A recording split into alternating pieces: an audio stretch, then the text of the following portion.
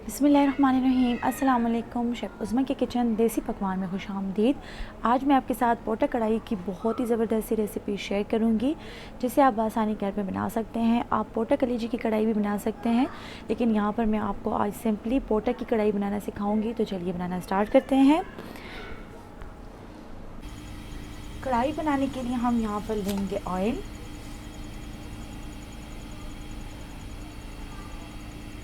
5 to 6 table spoon के बराबर हमने यहाँ पर ऑयल लिया है। इसमें हमने यहाँ पर शामिल करना है 1 अदद कटा हुआ प्याज।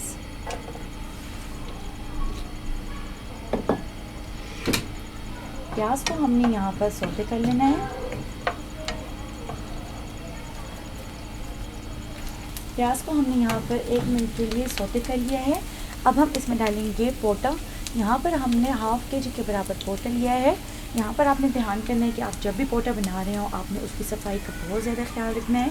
इसके ऊपर एक बारीक सी झिल्ली होती है, जिसको आपने अच्छी तरह से रिमूव कर लेना है। तमाम चर्बी वगैरह आपने इससे हटाकर इसको अच्छी तरह से 3 से 4 बार वॉश कर लेना है। उसके बाद ही आपने इसको पकाना है। इसको हमने प्याज के साथ शामिल कर लेना है।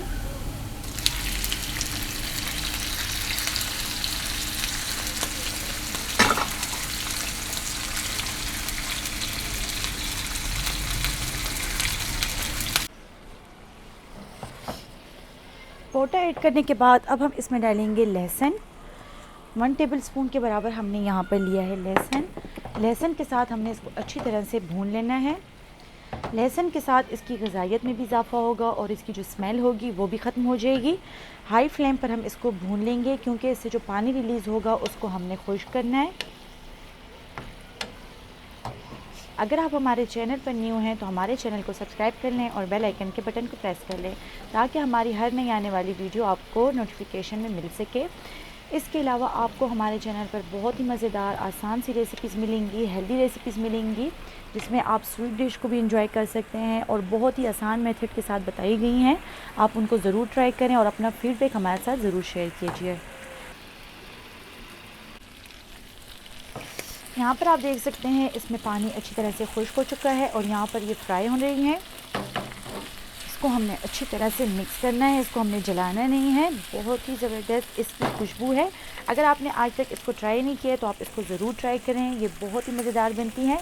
जस्ट आपको इसकी सफाई का ज़रा सा ख्याल रखना होगा, थोड़ी सी मेहनत होगी, लेकिन ये होगा कि ये अच्छी तरह से प्रॉपर तरीके से साफ़ हो जाएंगी और जब आप इसको बनाएंगे तो ये बहुत ही मज़े की बनेंगी। तो चलिए अब इसमें कुछ स्पाइसेस ऐड करते हैं।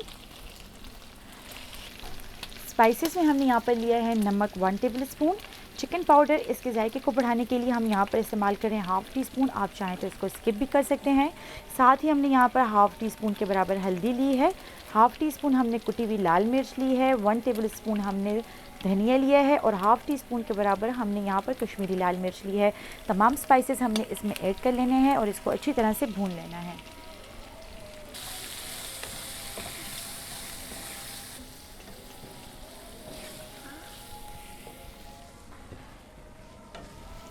यहाँ पर हमने 2 अदद बड़े साइज़ के टमाटर लिए हैं और 2 अदद हरी मिर्च ली हैं।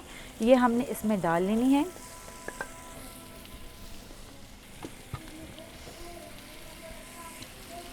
टमाटर डालने के बाद हम इसमें डालेंगे 4 टेबल स्पून पानी और इसको हमने कवर करके दम पर रख देना है 15 मिनट के लिए। 15 मिनट हो गए। अब हम इसको खोल कर चेक कर लेते हैं। टमाटर इसमें अच्छी तरह से सॉफ्ट हो चुके हैं, यहाँ पर आप देख सकते हैं। इसको हमने अच्छी तरह से मिक्स कर लेना है और यहाँ पर हमने इसकी भुनाई करनी है। पहले हमने इसका पानी खुश्क कर लेना है।